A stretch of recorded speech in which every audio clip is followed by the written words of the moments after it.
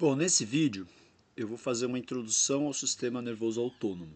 Como nos próximos vídeos nós falaremos de drogas que atuam no sistema nervoso autônomo, então é importante que nós façamos aqui uma revisão dos principais aspectos anatômicos, fisiológicos e bioquímicos do sistema nervoso autônomo. Então esse vídeo tem essa intenção.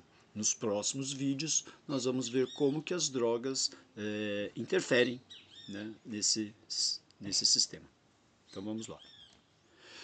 O nosso sistema nervoso autônomo, ele controla uma parte do nosso sistema nervoso do qual nós não temos controle. Por isso que tem esse nome autônomo. Então ele é dividido em dois ramos, o sistema nervoso simpático e o sistema nervoso parasimpático. De modo geral, esses dois sistemas estão funcionando na maior parte do tempo em equilíbrio no nosso organismo. Mas existem circunstâncias em que esse equilíbrio é rompido. Por exemplo, no estado de luta ou fuga, o nosso sistema simpático fica muito mais ativo em comparação aos parasimpáticos, e num estado de repouso, de digestão, etc., né, de sossego, o parasimpático vai predominar. Então, vamos ver aqui como que esses dois sistemas estão organizados. Então, nosso sistema nervoso ele pode ser dividido em sistema nervoso central e sistema nervoso periférico. O sistema nervoso central veremos em outros vídeos. Tá? Então, ele compreende aí o encéfalo, que é tudo que está dentro da nossa caixa craniana, e a medula espinal.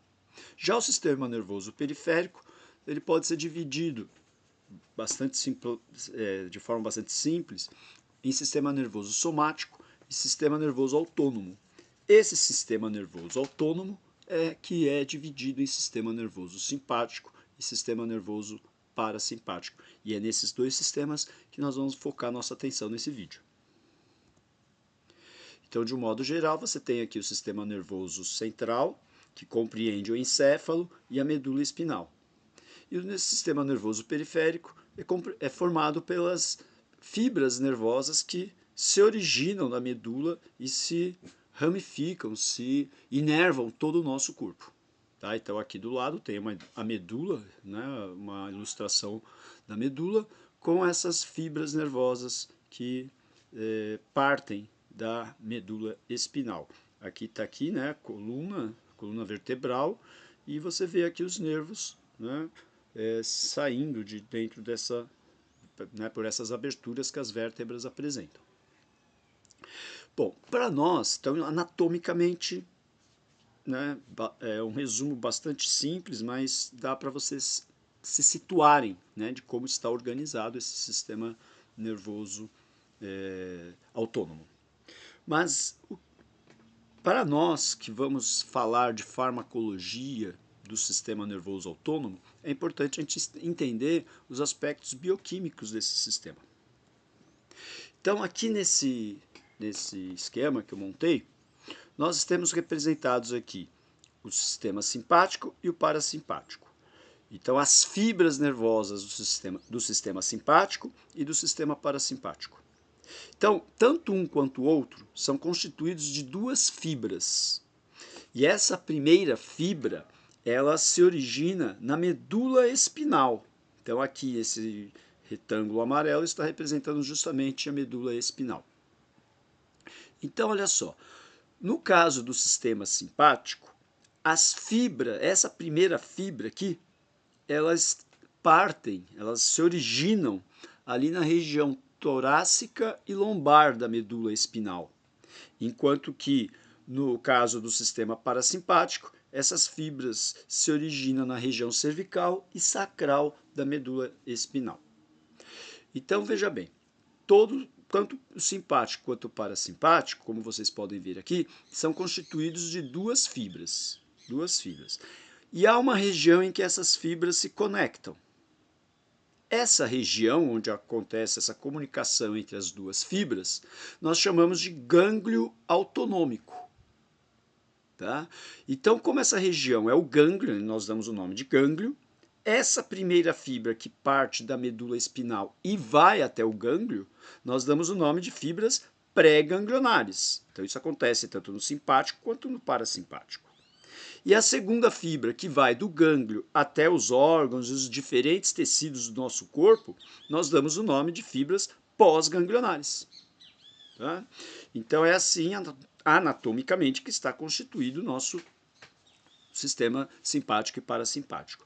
Mas o que interessa aqui ressaltar é o que? Quais são as substâncias, os neurotransmissores que essas fibras nervosas vão liberar em cada ponto e qual tipo de receptor que esse neurotransmissor vai ativar. Então vamos começar pelas fibras pré-ganglionares. Então, observem que tanto a fibra pré-ganglionar do sistema nervoso simpático como também a fibra pré-ganglionar do sistema parasimpático liberam no gânglio, nos gânglios, o neurotransmissor acetilcolina. A ACH é acetilcolina. Tá vendo? E a acetilcolina, ela é um neurotransmissor que pode ativar dois tipos diferentes de receptores no nosso organismo. Um deles é chamado de nicotínico e o outro de muscarínico. Então existem dois tipos de receptores de acetilcolina, receptores colinérgicos, o nicotínico e o muscarínico. Nos nossos gânglios, nesses gânglios autonômicos, o que existem são receptores nicotínicos. Então, quando essa fibra pré-ganglionar libera acetilcolina nos gânglios, tanto no simpático quanto no parasimpático, essa acetilcolina vai ativar receptores nicotínicos na fibra pós-ganglionar.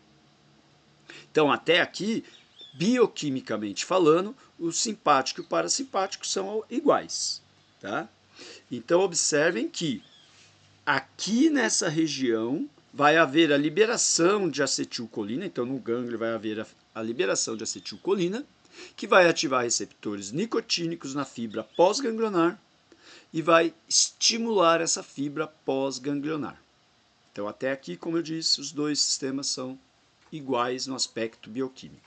O que vai fazer a diferença é a fibra pós-ganglionar, como veremos. Então, vamos começar pelo simpático. No sistema simpático, essa fibra pós-ganglionar ela vai liberar nos diferentes tecidos do nosso corpo o neurotransmissor chamado noradrenalina. E essa noradrenalina nos tecidos vai ativar receptores adrenérgicos, e esses receptores adrenérgicos são nomeados por letras gregas. Então nós temos os receptores alfa e beta, sendo que o alfa nós temos o subtipo alfa 1 e alfa 2, e os beta nós temos os subtipos beta 1, beta 2 e beta 3. Cada tecido tem um ou mais tipo diferente desses receptores, como veremos em outros vídeos. Tá? Então, olha só, a fibra pós-ganglionar do sistema simpático libera nos diferentes tecidos do nosso corpo, coração, intestino, pulmão, bexiga urinária, vários tecidos. Vai liberar a noradrenalina, que vai ativar receptores adrenérgicos no tecido alvo. Esses receptores podem ser alfa ou beta. Já a fibra pós-ganglionar do sistema parasimpático libera nos tecidos também acetilcolina. Então, observem que o sistema parasimpático, tanto a fibra pré quanto a fibra pós-ganglionar, liberam acetilcolina. Só que os receptores presentes nos tecidos não são receptores nicotínicos como nos gânglios, são os receptores muscarínicos. Esses receptores, existem 5 subtipos, que são numerados de 1 a 5. Tá? Então, essa acetilcolina vai ativar nos tecidos a acetilcolina, que vai ativar receptores M1, M2, M3, M4 ou M5, dependendo do tecido.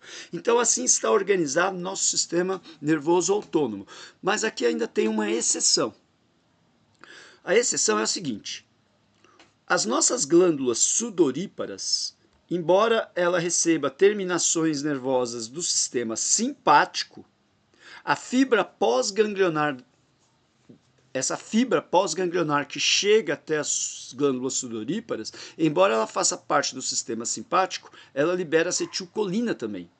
E nas nossas glândulas sudoríparas existem receptores muscarínicos. Então, embora seja simpático, sistema simpático, a glândula sudorípara que recebe a inervação simpática vai ser despejado ali, vai ser liberado ali naquele tecido a acetilcolina e as glândulas apresentam receptores muscarínicos, apesar de fazerem parte do sistema simpático. Então essa é a única exceção. Ok? Então, de um modo geral, nós podemos resumir aqui, ó, as fibras pré-ganglionares do sistema simpático se originam na região torácica e lombar, e aí tem também, é constituído por uma fibra pré-ganglionar, aí você tem o gânglio e a fibra pós-ganglionar que vai até os órgãos. Lembrando que partem fibras dos dois lados da medula, tá? Tanto do lado direito quanto esquerdo, aqui tá, é uma ilustração didática. E no parasimpático, as fibras pré-ganglionares originam-se na região cervical e na região sacral. E elas, a mesma coisa, elas têm a fibra pré e a fibra pós-ganglionar. Outra diferença anatômica que eu não falei até então é que nas fibras pré-ganglionares do simpático são curtas, enquanto que as pós-ganglionares são longas. Já no sistema parasimpático é o inverso. As fibras pré-ganglionares são longas e as fibras pós-ganglionares são mais curtas. Essas diferenças anatômicas farmacologicamente não tem tanta importância, mas é importante que vocês saibam. Tá? O mais importante aqui é saber quais são os neurotransmissores liberados por cada fibra e que tipo de receptor que esse neurotransmissor vai ativar em cada região do nosso corpo.